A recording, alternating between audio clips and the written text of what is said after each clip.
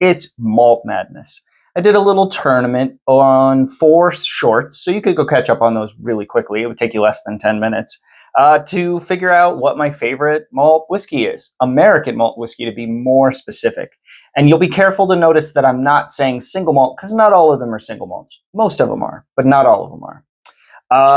So what do we have in the tournament? We have things like Westward, Westland, Whiskey Del Bach, Stranahan's, Parker's Heritage malt whiskey, which is one of the ones that isn't a single malt. We have a lot of good stuff in here. I ended up picking all the odds, which is kind of crazy. But I guess what I'm trying to say is, let's go. I'm your drinking buddy. All right, drinking buddies. So we have seed 1, seed 3, seed 5, seed 7, because apparently I like odd numbers. But yeah, this was really fun. I do love a good malt whiskey. I do prefer bourbon and rye generally, but a good American single malt, I prefer usually to Scotch or even Irish most of the time.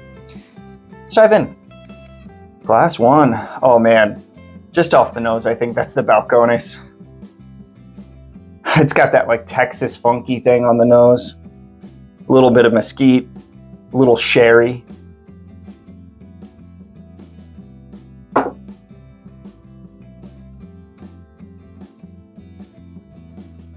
Definitely has some of that nutty sherry thing. Yeah, like a little grape. Actually, quite a bit of grape, actually. Very grapey. Also, like very little malt here. Mesquite, honey. Really good starting place. Really good starting place. This one's a little smoky, a little funky. Dare I say, almost giving me peat vibes, not mesquite vibes. Smells a little hot too.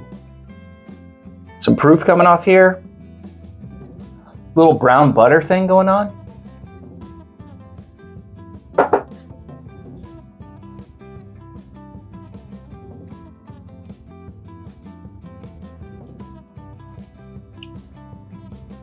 That's a smoky gal. I think it's mesquite in that mesquite direction. I'm not sure. That could be peated. I don't know. Kind of giving me like a little bit of like a barbecue type thing. There's like a black peppery thing here. There's some brown sugar. There's some sweet tea type vibes. So I'm kind of at a barbecue right now.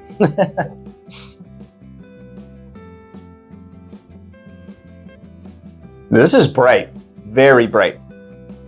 Citrusy, appley.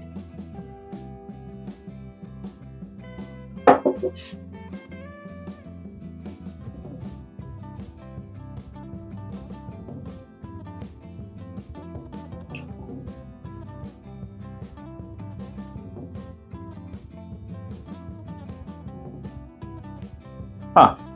That is very fruity. That is fruit forward. That's brown sugar. It's vanilla. It's that one's almost bourbon adjacent. There's like even a like honey on top of cornbread thing going on there. That's pretty wild. That's pretty wild. This is smoky too. A little bit of that smoked meat stick type thing on the nose.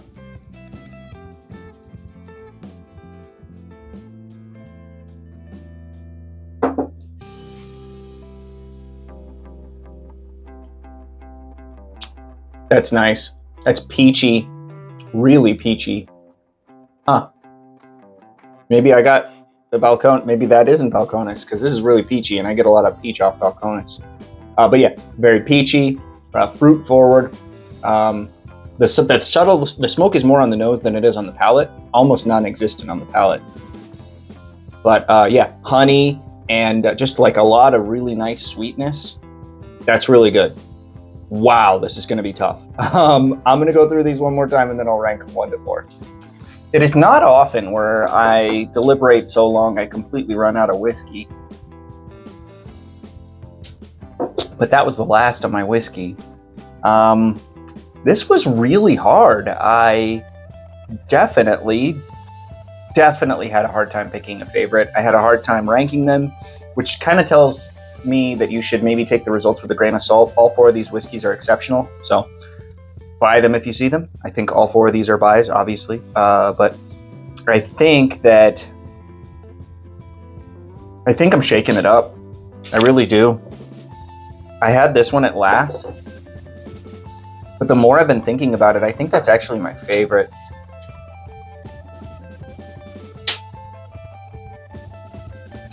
Yeah. I think that the more I drink on these first 2 glasses, I like much more than these 2, and I really like these 2. But yeah, this whatever's in, I guess this is the 3rd seed.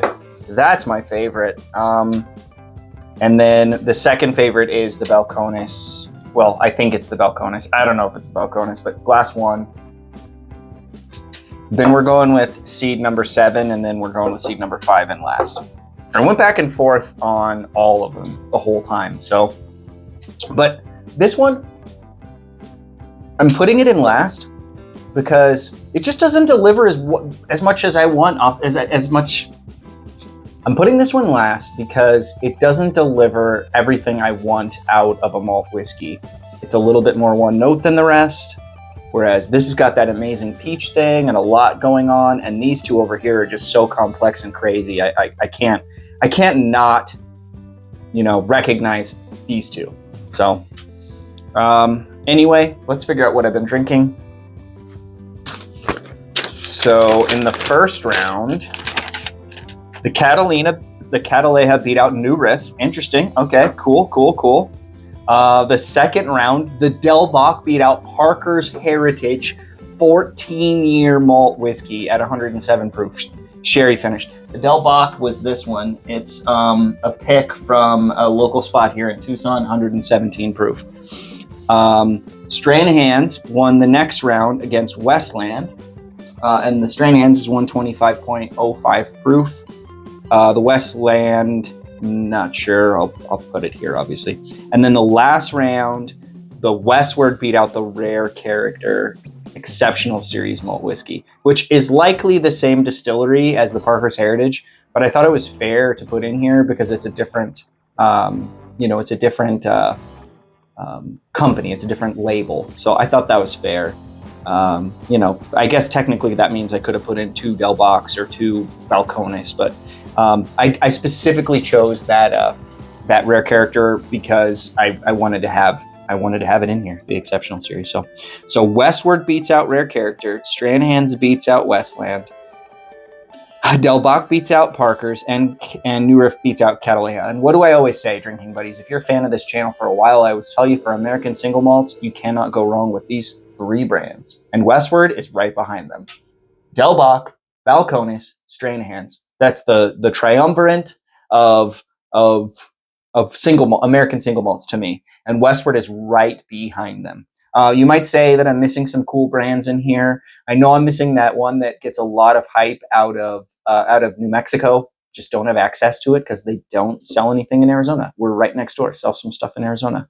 I know I'm missing the MGP single malts. Just haven't been a fan of those, so that's why they're not here. But anyway, my last place was the Stranahan's, which is a little crazy because I love that pick. My second to last place was the Westward. My second place was the Balcones Cataleja. I knew that was Cataleja the whole time. But my favorite was Whiskey Del Bach. No shocker there. I feel like you guys know how much I love these 3 brands, so them finishing 1, 3rd, and 4th, or 1, 2nd, and 4th in a tournament is no shocker. Westward coming in hot though, because it's pretty cool that Westward actually beat out Stranahan's. Anyway, and by the way, one of the cool things about Stranahan's is the fact that their picks are very affordable. Their picks are like about $50 to $70, and they're barrel proof. I'd say that's a bargain for when you're dealing with a single malt craft barrel proof whiskey. I think they're one of the best bargains in all of whiskey, honestly. Hidden gem right here. Buy these if you see them. Even though it finished 4th, it's still amazing whiskey. Cataleja, I know that was a one and done, but their Texas single malt, it might even be better, and that's a shelf bottle. I love that bottle. So, and for Delbach, obviously you can't buy this pick, so you should look for their classic Dorado, their classic or their Dorado. Those are both at 90 proof, or is it 95?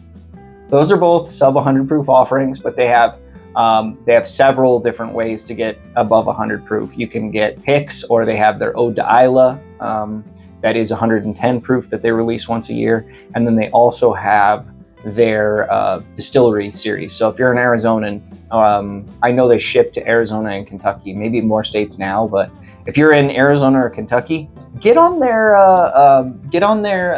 distillery series, because it's like an annual fee you pay, and then you just get all 3 bottles shipped to you. And man, they are so good. So take that with what you want.